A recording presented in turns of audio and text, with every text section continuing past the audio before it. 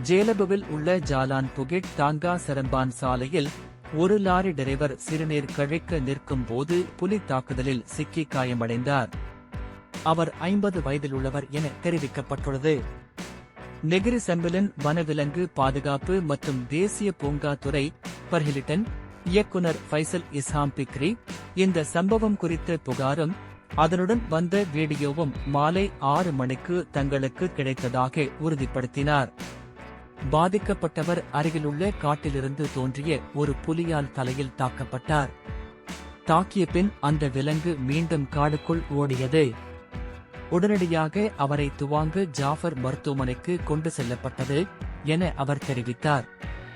இச்சம்பவத்தை அடுத்து சம்பவ இடத்தில் கண்காணிப்பு நடவடிக்கைகள் அதிகரிக்கப்பட்டுள்ளன மற்றும் அதிகாரிகள் பாதிக்கப்பட்ட நபரை சந்தித்து ஆதரவு வழங்கியுள்ளனர். சாலை பயணிகள் வனவிலங்கு செல்லும் வழிகளில் மிகுந்த விழிப்புடன் பயணிக்க வேண்டும் என்றும் விலங்குகள் எதிர்பட்டால் உடனடியாக அதிகாரிகளை தொடர்பு கொள்ள வேண்டும் என்றும் ஃபைசல் வலியுறுத்தியுள்ளார்.